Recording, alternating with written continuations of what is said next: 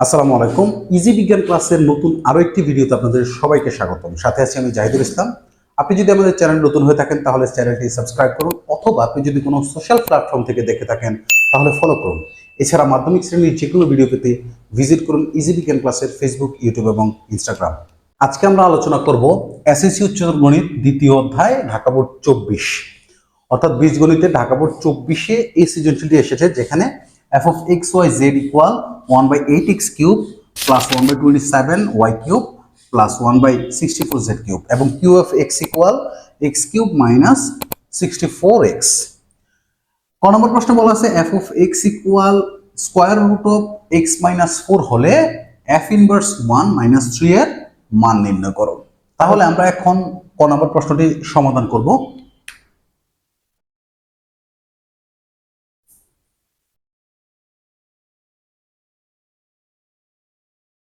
দেওয়া আছে f of x equal square root of x minus 4, ধরি y equal square root of x minus 4। যদি আমরা y equal square root of x minus 4 ধরে নিই, তার মানে আমরা বলতে পারি f of x equal y equal f of x। যেহেতু square root of x minus 4 equal f of x, তার মানে আমরা y equal f of x ধরে নিতে পারি। এখন এখানে যদি আমরা পক্ষান্তর করি x equal f inverse y, আবার আমরা জানি y equal f of x,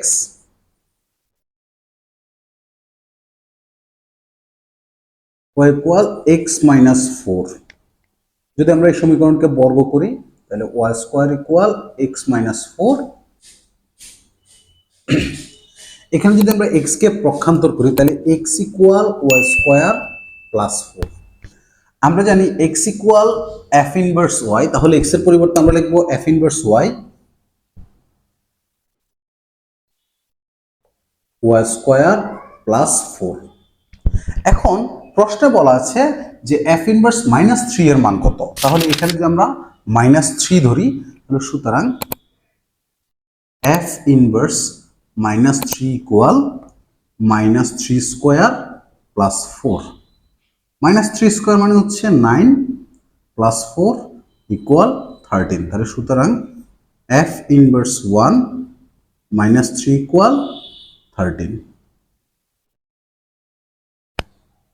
খ নাম্বার প্রশ্নে বলা আছে f of x y z equal 3/24 xyz হলে প্রমাণ করো যে 6yz plus 4zx plus 3xy equal 0 অথবা 2x equal 3y equal 4z। আবার এখানে বলা আছে যে f of xyz equal 1/8x cube plus 1/27y cube plus 1/64z cube। তাহলে আমরা বলতে পারি দেওয়া আছে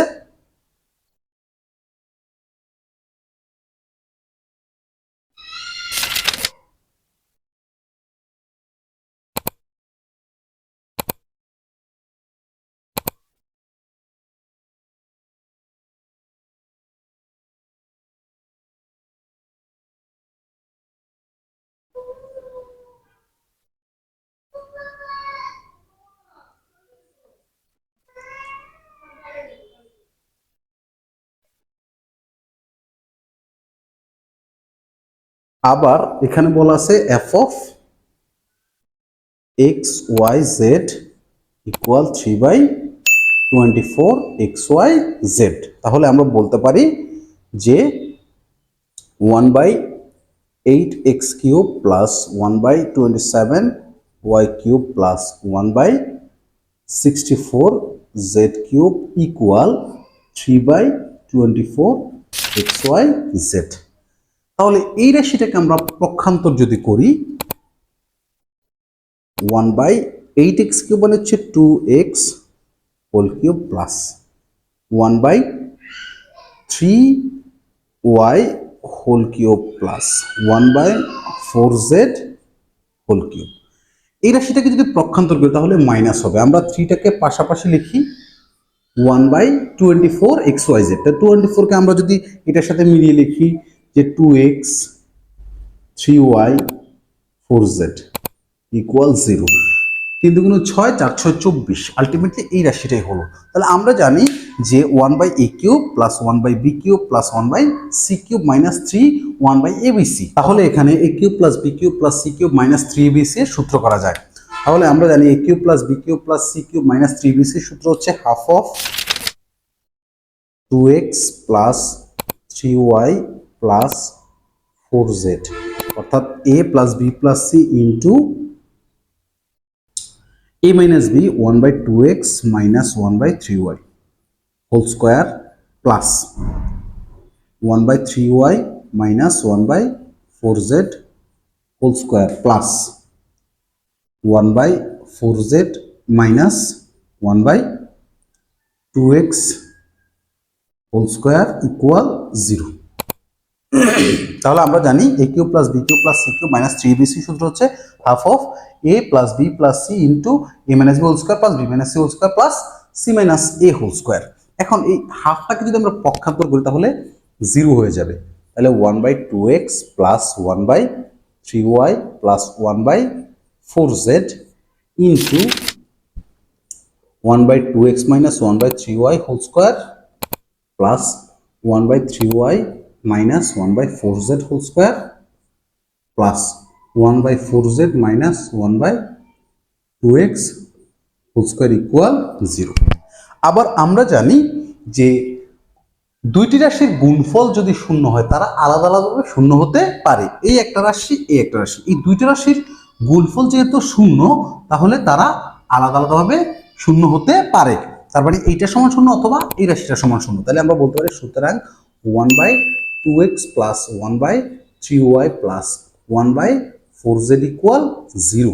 তাহলে এই যে তিনটা সংখ্যা 2x plus 3y plus 4z, এই তিনটা সংখ্যা লসাগু হচ্ছে 12xyz। এখন এই 2x দ্বারা যদি 12xyz কে ভাগ করি তাহলে আমরা পাই 6yz। যদি 3y দ্বারা ভাগ করি তাহলে আমরা পাই 4zx। আর যদি আমরা 4z দ্বারা ভাগ করি তাহলে পাই 3xy ইকুয়াল 0। যদি আমরা 12xyz দ্বারা 0 কে গুণ করি তাহলে 0 হয়ে যায়।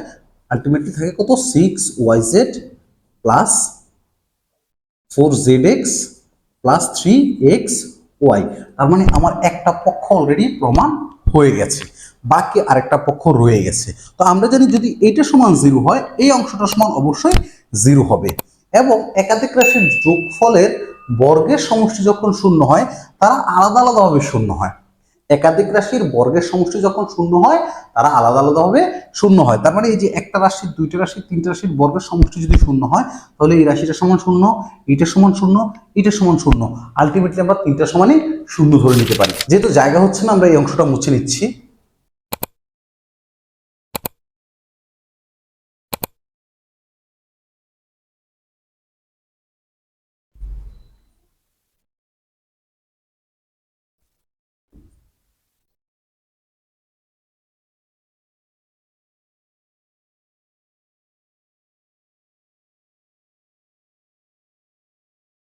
তাহলে এই রাশিটার সমান শূন্য, এটা সমান শূন্য, এটা সমান শূন্য, তিনটা রাশির সমানে শূন্য হবে।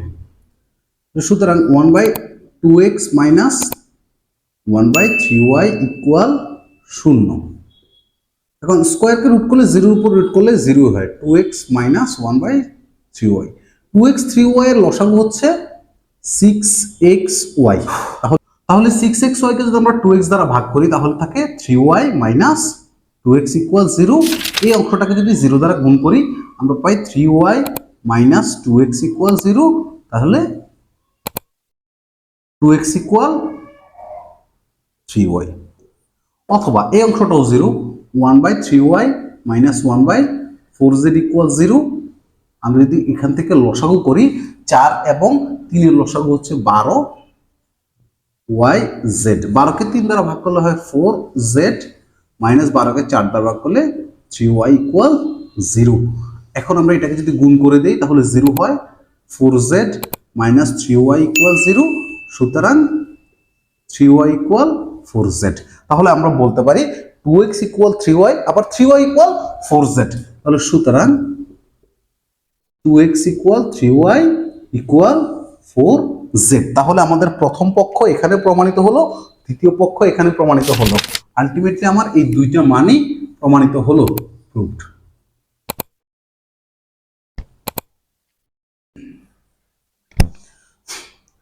গ নম্বর প্রশ্নে বলা আছে 3x³ by q of x কে আংশিক ভগ্নাংশে প্রকাশ করো। আবার এখানে দেওয়া আছে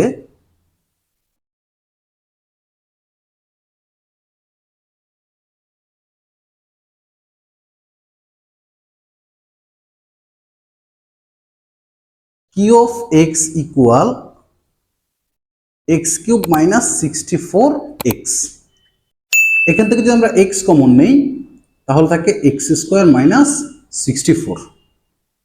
এখন এটা কিন্তু আমরা এভাবে লিখতে পারি যে x ইন্টু x² মাইনাস 8²। যদি এভাবে লিখি তাহলে a² minus b² equal x into x plus 8 x minus 8। তাহলে আমরা কিউ অফ x এর মান পেলাম x into x plus 8 x minus 8। এবার আমরা আংশিক ভগ্নাংশে প্রকাশ করব প্রদত্ত রাশি। প্রদত্ত রাশি হচ্ছে 3x³ by q of x equal 3x³ x into q of x এর মান হচ্ছে x into x plus 8 x minus 8। তাহলে আমরা x এ যদি একটা x ভাগ করে দেই তাহলে আমরা পাই 3x² by x plus 8 x minus 8। যেহেতু এই ভগ্নাংশটা একটা অপকৃত ভগ্নাংশ, x² এই x দ্বারা x কে গুণ করলে x²। যখন হর এবং লবের মাত্রা সমান হয় তখন সেটা একটা অপকৃত ভগ্নাংশ হয়। তাহলে আমরা ধরি 3x² by x plus 8 x minus 8 equivalent to 3টাকে আগে রেখে দিই প্লাস, যেহেতু 3টাকে আমরা আগে রেখে দিছি a by x plus 8 plus b by x minus 8, এটাকে আমরা 1 নং সমীকরণ দিয়ে রাখি। এখন এই 1 নং সমীকরণের উভয় পক্ষে x প্লাস 8 x মাইনাস 8 দ্বারা গুণ করে পাই।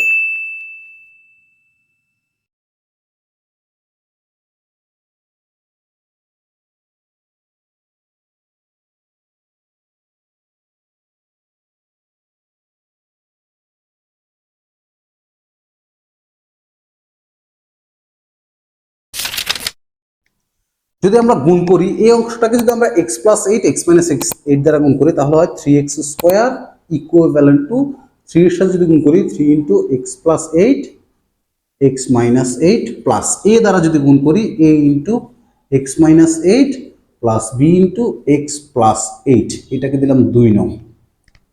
এখন এই 2 নং এর উভয় পক্ষে যদি আমরা x ইকুয়াল 8 ধরি তাহলে এই রাশিটা 0 হয়, x ইকুয়াল মাইনাস 8 ধরলে এই রাশিটা 0 হয়। প্রথম আমরা x ইকুয়াল 8 ধরে নিই। 2 নং সমীকরণে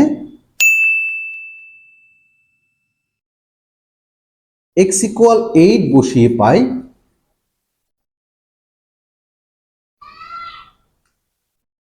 3/8² equivalent to 3 into 8 plus 8 8 minus 8 plus a into 8 minus 8 plus b into 8 plus 8। তাহলে এখানে হয় কত 64 গুণ 3 192 ইকুইভ্যালেন্ট টু এটা যেহেতু 0 8 minus 8 equal 0 0 into 0 into 3 equal 0 plus 0 a into 0 plus 8 যোগ 8 16b।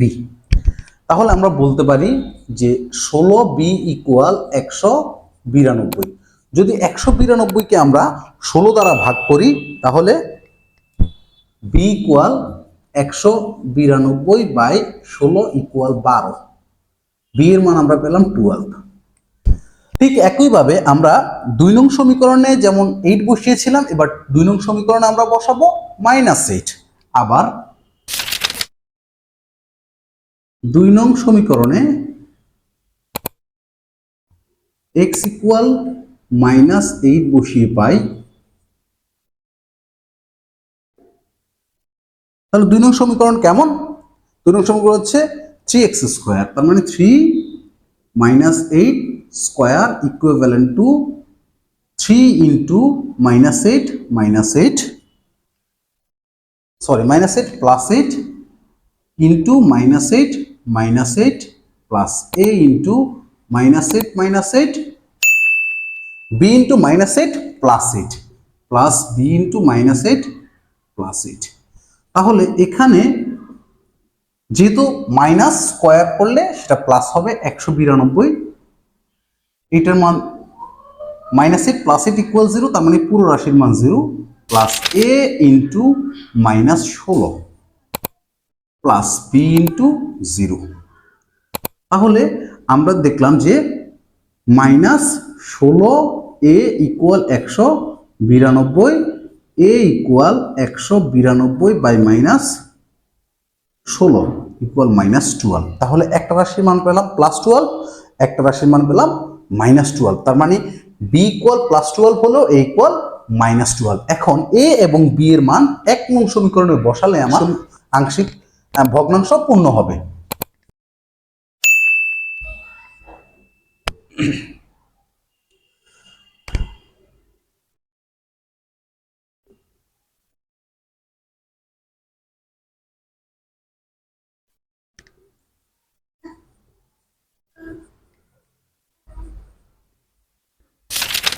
এক নং সমীকরণটা কোথায়? এখানে আছে 3x² by x plus 8 x minus 8, 3x² by x plus 8 x minus 8 equivalent to 3 plus a by x plus 8 plus b by x minus 8। তাহলে এখানে আমরা জাস্ট মানগুলো বসাই দেব। 3x² x plus 8 x minus 8 equivalent to 3 এর জায়গায় 3 থাকবে, a এর মান হচ্ছে -12, তাহলে আমরা দেখব -12 x প্লাস 8, b এর মান হচ্ছে +12, তার মানে +12 x মাইনাস 8। এটাই হচ্ছে নির্ণেয় আংশিক ভগ্নাংশ।